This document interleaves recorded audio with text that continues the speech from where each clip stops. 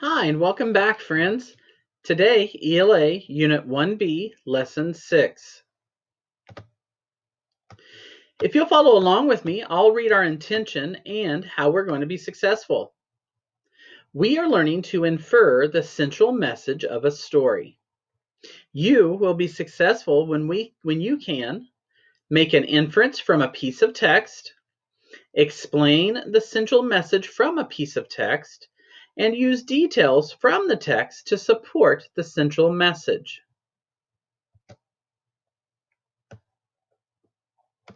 Now, I know that you've been reading with Mrs. Glinka, Treasures in the Tree. Today, we will start with Chapter 3, The Grove. On Thursday evening, they all sat down for dinner as usual, but Nisha thought something felt different. Her parents were acting strangely. It took a while for her to realize that it was because they looked happier. Dad said he wanted to talk to her about something to do with the trees at the back of their house. Someone came by today to talk to me about the Grove, he said. He was a property developer. His company is interested in buying the Grove for land to build houses. You know, we could really use that money. Her mom smiled. It's the miracle that we've been hoping for. Let's pause there, friends. What does the phrase, it's the miracle we've been hoping for, reveal about the situation with Nisha's family? What do you think? Yeah, in chapters 1 and 2, we kind of learned that they were kind of struggling.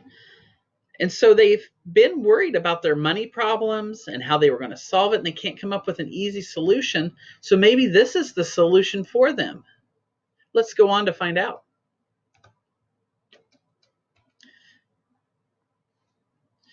Come this way, urged Nisha, as she led her parents down to the Grove later that evening.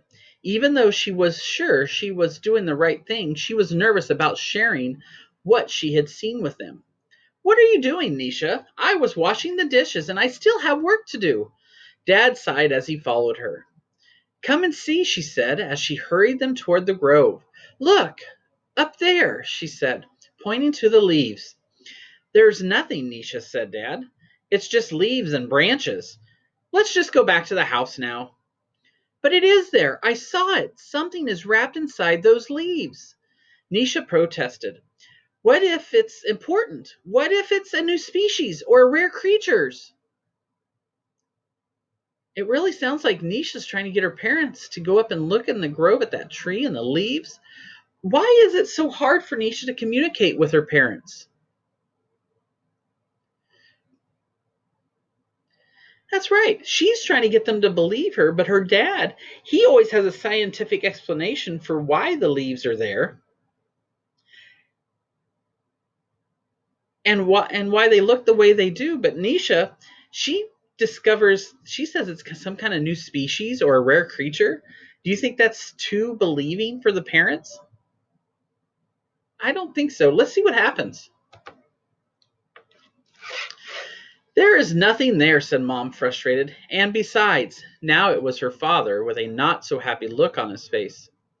The leaves are too high up to see clearly. Maybe it was just the light playing tricks on your eyes. But there is something there, sighed Nisha. I know, I saw it. The leaves are the same way as always. They open in the day, they curl up at night to conserve energy. Her father gave a steely look that meant his conversation was over. I think that was the scientific explanation that we were talking about. He's always got that explanation, doesn't he? Nisha's heart sank. There was something in that tree, something special, and she wasn't about to let it be destroyed. Now she knew what she had to do. She needed proof. Let's pause there, friends. How would you describe Nisha's parents to someone who hadn't read the story yet?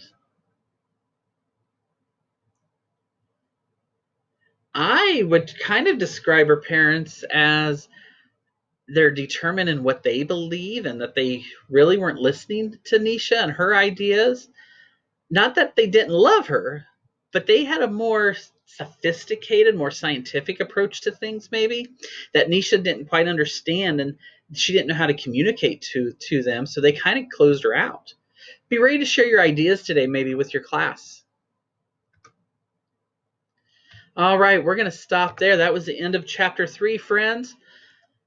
Your assignment today is you're going to be making inferences. And remember, when you make an inference, you're using it by using text clues plus your own background knowledge, your schema. So you're kind of connecting those two to make an inference about what's happening or what could happen, kind of like what we were talking about when we were going to describe Nisha's parents to people that haven't read this story before. You're making inferences and making kind of your own ideas. So you will open up the assignment in Seesaw from your teacher, tap on Add the Response to get started, and then you'll use the text tool or a pencil to complete the task as described in the image. And then you can use the microphone and the camera to record your voice, sharing your response, and even add more to it. And then tap on that check mark to make sure your work gets turned in so your teacher can review it. So on the making references over here, it says, what questions do you have after reading chapter 3? What are things you know, even though the author hasn't stated them directly? That's the inferencing. So what are some things that we have already learned, but the author hasn't really told us that in the story yet? You can do it. Dig deep, friends. Let's take a quick glance at our learning intention. We are learning to infer the central message of a story. We're working on that word inference right now. We're making a lot of inferences because the author's not going to tell us everything. He wants us to really use the details and come up with our own ideas. Okay? And then that central message, remember, what's the whole theme of the whole story? And then we will be successful when we can make an inference from a piece of text, which you're going to do that with your assignment today. Explain the central message from a piece of text. We're working on that. And then using details from the text to support the central message. It's kind of similar, if you remember back to the main idea, but it's really not the main idea, but the central message. Like, what is the author trying to tell us through this story? But we're going to use those key details to help support that and our inferencing. All right, friends, that's it for today. Remember, don't forget to read for at least 20 minutes of fun today. Today, I finished reading The One and Only Bob, the sequel to The One and Only Ivan. I enjoyed it so much. If you haven't, make sure to check it out. Have a good day. See you next time.